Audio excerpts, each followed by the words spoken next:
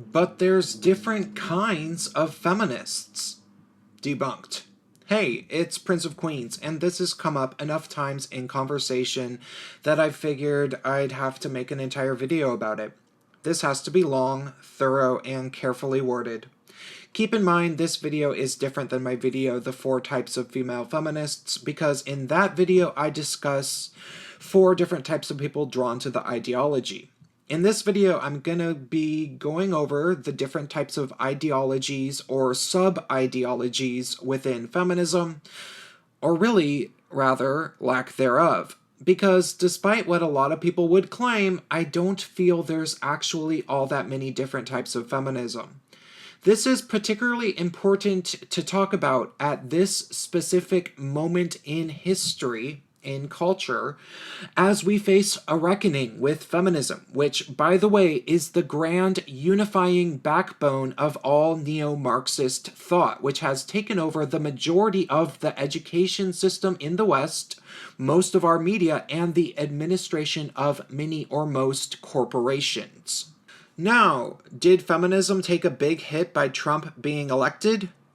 Absolutely. But what they want more than anything right now, which they are already attempting to do, is to subtly retreat a bit while they push things like the Me Too and Time's Up stuff and engage in various grassroots outreach programs in order to eventually grab for more power as soon as they can. Decade after decade, these feminist ideologues do this, quietly retreating to gender studies departments and professional activism, even while mainstream culture laughs at them and refuses to take them seriously.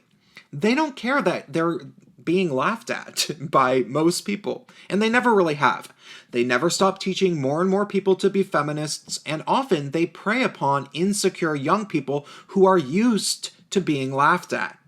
That being said, in order to stand up against them effectively, which I sincerely believe that the vast majority of people would want to do if they really understood their ideology and the countering arguments against this ideology, what I think that people need to do would obviously be to first dissect what feminists believe. And yes, it's pretty uniform. Honestly and simply put, there's really only 2 main kinds of feminists.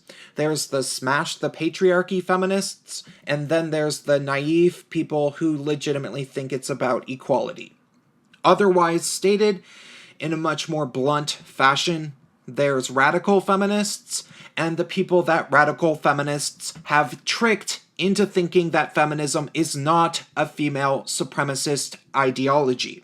Though granted, there's 2 strains of radicals. There's the classical radical feminists, who are upfront about their desire to exterminate males, and the gender abolitionists, or gender deconstructionists, who claim to want to rid the world of gender distinctions between the sexes, but really just want to have every female privilege with the extra bonus of anything good in life that men might ever get that females often don't get.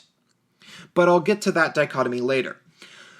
Now granted, it's true, of course, that there are good people who self-identify as feminists even still that are also well educated about feminism. Often people cite the Camille Paglias and Christina Hoff Sommers of the world, which there are very few of, who have long and convoluted explanations of what they believe that feminism is, which is basically about female empowerment. And then there's also the Tori Amoses of the world who have a very personal version of what feminism is to them, which honestly sounds like her own version of personal spirituality more than anything to me. But for the most part, these people simply don't really count when examining the greater picture. There are far too few of them to represent anything about the massive feminist establishment.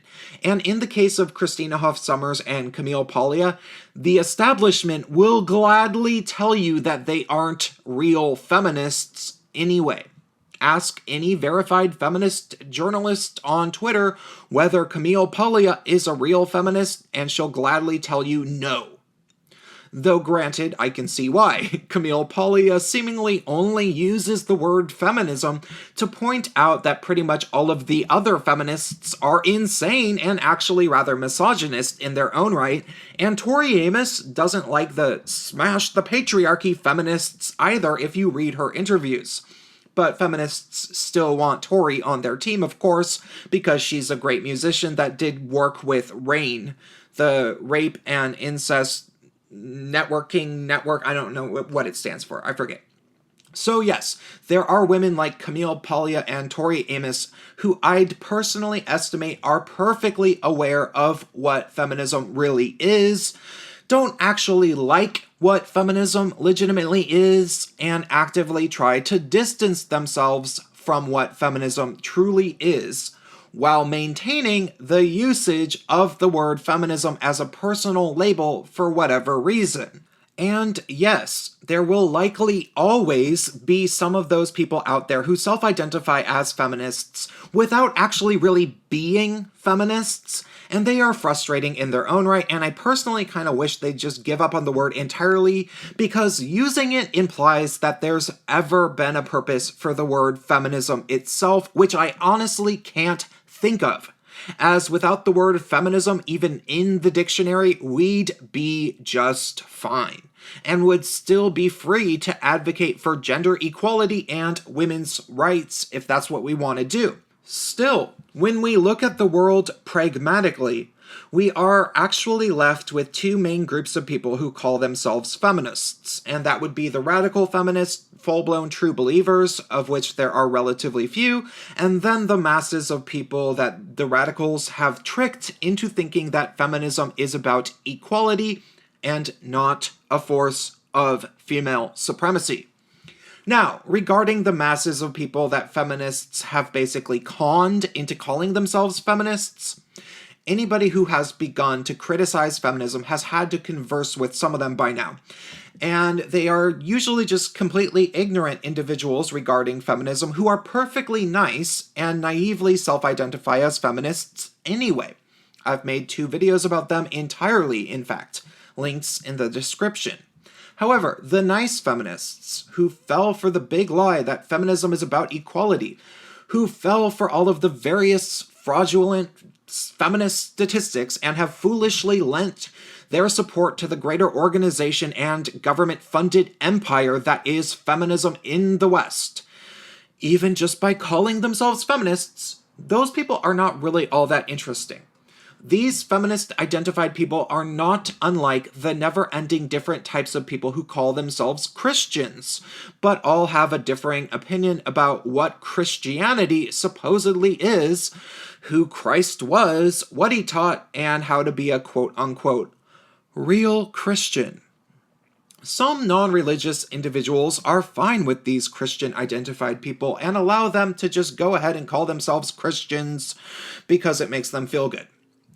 I tend to usually be one of those people, to be perfectly honest, but likely mainly because I did not grow up Christian and know very few Christians myself. Other people are less forgiving of these Christians and think that these people should admit that Jesus Christ was basically a cult leader who taught a lot of wacky things and should be disregarded entirely. And while these people can be a bit unpleasant, after beginning to criticize feminism intensely, I can understand their position a bit better. Still, like I said, having the conversation about the ignorant masses of Christians or the ignorant masses of feminists is ultimately rather unproductive. Because at the end of the day, all we are going to do is talk about people who call themselves something despite the fact that they don't really know much of anything about that thing that they call themselves. I like to say it like this. When a feminist says, "Feminism just means equality between the genders," they are obviously expecting you to say, "Well, I guess I'm a feminist then." But if a Christian said to you, "Christianity just means love thy neighbor. Jesus taught love," well, would they seriously expect anybody that they told that to start calling themselves a Christian? Hopefully you're starting to see my point, but I'll drill it home in super plain English, because a lot of people are still grappling with this. No, feminism does not get to be different things to different people, all of which having meanings that are allegedly perfectly valid or whatever. That's not how things work. Having your own version of feminism does not change the pragmatic reality of what feminism really is. Feminism is an ideology and multi-billion-dollar-a-year industry funded primarily with taxpayer money in the Western world. The ideology is based around the demonization of a mythical force known as patriarchy, which is the idea that all men collude either consciously or subconsciously with all other men to oppress all females, to privilege all males. That is what feminism is. And no amount of denial or saying, well, that's not what feminism is to me, can ever change that. Nor can the dictionary definition in some dictionaries saying that it's all about equality, because it's a prescriptive definition of a word and not a descriptive definition of a word, which means that it can mean anything to anybody, but that doesn't necessarily mean it's not a full-blown ideology and massive organization. Similarly, nobody could ever claim that Christianity isn't a religion based around the notion that Jesus Christ is the Son of God that came back to life after being crucified 2,000 years ago. If somebody says, no, Christianity just means love thy neighbor, they're wrong. Christianity is an organized religion. Still, talking about the various ignorant masses is not actually all that interesting, like I mentioned before. What is interesting is talking about the feminists that actually understand feminism and what they really believe. Among them, like I also mentioned before, there are actually two differing factions as well, but they all share one thing in common. Every feminist, true believer, believes that the entirety of the male half of the population is basically sick and it needs to be cured, but they have various different plans of action regarding how to solve the dilemma of maleness in the world. The classical radical feminist, which sprouted up largely in the 1960s, tended to be rather crude about how they planned to exterminate the male gender. They just cut right to the chase and wrote things like the Scum Manifesto by Valerie Solanas, which was an acronym for Society for Cutting Up Men. Still, while that strain of radical feminism never went away entirely and has all sorts of strange ideas about an ancient past where the male half of the human species was separated from the female half in some sort of quasi-Garden of Eden fantasy, it never really became too mainstream, for obvious reasons. However, feminism eventually gained significant traction in academia once it started mixing with postmodernism and Marxist ideological influences, which became a fairly different ideology, though still quite radical.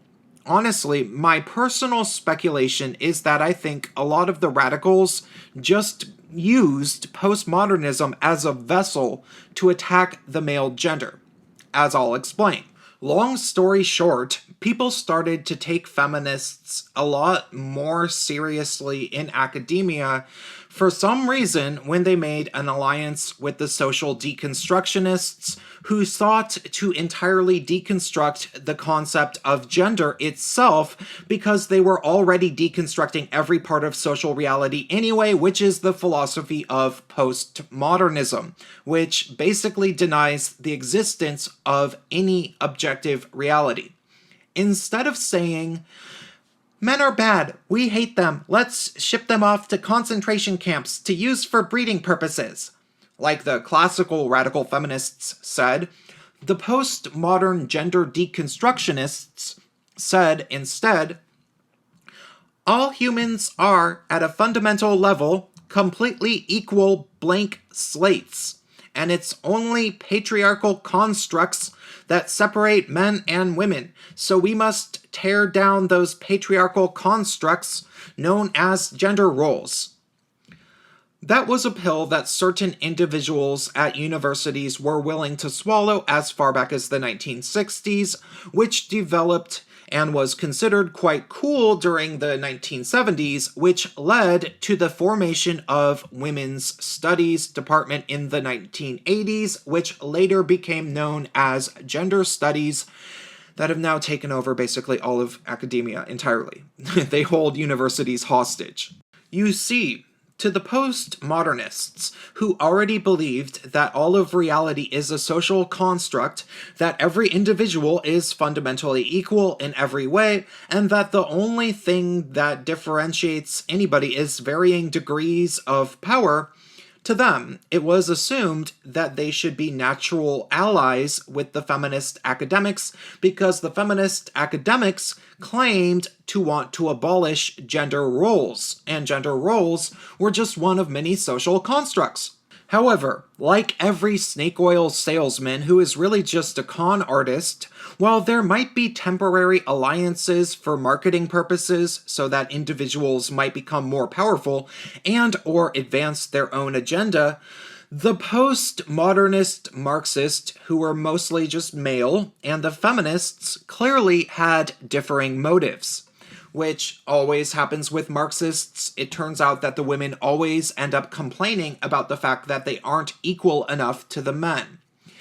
And of course, while feminists claim to want to be equal to men, that's not how it pans out in practice, as is plainly evident from the plethora of literature demonizing quote-unquote toxic masculinity, or the less shy writing that comes right out and admits forthright that they believe all masculinity is the problem. I mean, feminists go on and on about how gender roles are problematic, but they don't ever talk about toxic femininity, of course, unless to talk about women that hurt themselves by staying with bad men or something. Thus, we can safely discern that feminists don't want to abolish quote-unquote gender roles, but rather, they pretty much just want to abolish maleness entirely. But maybe some of them really wanted to be non-binary androgynous aliens. Isn't that a possibility? You ask. And sure, some of the ignorant feminist masses seem to think this, but if you do a Google search for articles about non-binary femininity or non-binary masculinity, you'll pretty much only find articles asking for more femininity in the quote-unquote non-binary community, and also ones that complain about masculinity among non-binary identified people. They think it's too masculine and should be more feminine. Thus, eventually, while most gender deconstructionist or gender abolitionist type people started out as females who dressed androgynously, calling themselves non-binary, and subsequently received a lot of complaints from feminists who felt that they were forsaking the feminine, eventually, after a while, more and more males started embodying the non-binary label and or identifying as transgender, not because they had gender dysphoria, but likely because of social pressures deriving from the feminist ideology. And then, of course, after all of this started happening a bit too much, after the trans-trender phenomenon that we see now so often, eventually, that led to growing conflict between the classical radical feminists and the gender deconstructionists, aka the turf wars, where people that we call trans exclusionary radical feminists are upset because people born with penises want a slice of the feminist pie. You see, the classical radical feminists are mad now because they wanted people that were born with penises to be gone from civilization entirely, and for some women to embody traditionally male gender roles to take their place or something. They thought that they could get rid of all men and then women could be more butch and be firefighters. I don't know what their plan was. It's really silly, and that's why nobody really takes them seriously. And then the gender deconstructionists said, that's not realistic. We have to just condition society to stop wanting to be male. And they tried to do that through academia. And since the gender deconstructionists have been more successful in the mainstream, and now that there's countless male to female transgender identified people that want to be included in feminist spaces, well, the two factions of radicals have been fighting for a while. Of course, most people have no idea about any of this infighting amongst the radical feminist and gender abolitionist or gender deconstructionist ranks. And they don't realize how much money and how many careers are at stake here, which are based upon all of this nonsense, of course. But I would wager the following. Even the politicians and campaigners at the Democratic Party did not know the full depth of the insanity of either of these two types of ideologues. Many or most of the people in the federal government who thought it was a good idea to give massive amounts of money to feminist organizations likely didn't understand that either the classical radical feminists or the radical gender abolitionists. Because, to be truthful, feminists are pretty good at hiding their true beliefs and what they plan to achieve because they know everybody would hate them if they found out. And so, for 50 years or so, there was a growing movement of full-blown female supremacists hidden in plain sight who planned on taking over the entirety of Western civilization by giving full control of government, institutions, and media companies to feminist women simply by virtue of the fact that they are feminist women. And they got extremely close to getting almost everything they wanted with Hillary Clinton. I know it does sound a bit far-fetched if you're new to this, but I challenge you to do the following. Look at any feminist lecturer about diversity. Look to any feminist lecture, and they'll be lecturing about how women are underrepresented in something or other, be it science, filmmaking, or business. These are not hard to find. Look for TED Talks about women in blank. Seriously, there's a ton of them. Each and every lecturer might sound a bit different as individuals because everybody has their own way of sugarcoating any uniform message that might be nefarious, but the message will always be the same.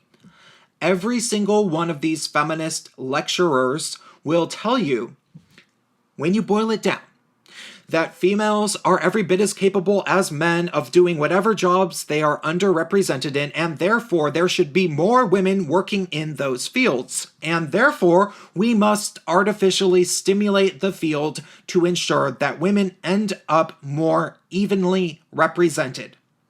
This will always be their solution, because what they want is simple as social engineer Neo-Marxists. They want women to have all the money and power that men have, and they have no problem forcing such things, because they believe the world is already a male supremacy, and they think that shifting gears towards a female supremacy is the only solution. They really don't care that the men in positions of power and influence competed vigorously with countless other men and women to get to where they are, and that those men continue to work ridiculously hard to maintain those positions because the feminists simply want either crude equality of outcome between the genders or just a full-blown matriarchy. Really, what I think is this. These feminist people would not be happy with some sort of alleged equality between the genders because the bottom line is this. Men and women are different, and everybody knows that, including pretty much all of the people that would say otherwise. What they claim to believe is in a complete pipe dream of supposed equality that most people would give up on once they realized how society would look if we legitimately forced our workforce into being completely equally composed of men and women in every position. And the ones who wouldn't give up on that stupid pipe dream don't actually want equality anyway. Truthfully, what those ones always wanted was female supremacy, and equality is just the word that they use dishonestly in order to justify giving females privileges in education, hiring, the court system, and basically every aspect of civilization. And they've achieved most of it. And they'll keep doing it as long as they have the power, and they'll think that they have your full permission as long as you call yourself a feminist. That's all for this video. If you found it helpful and you might consider showing it to a few people, please consider donating to me on PayPal or even Patreon. But if you can just do a one-time donation on PayPal, that would be really nice. As little as you want. Link is in the description. It's really hard time for YouTube creators to make money. All right.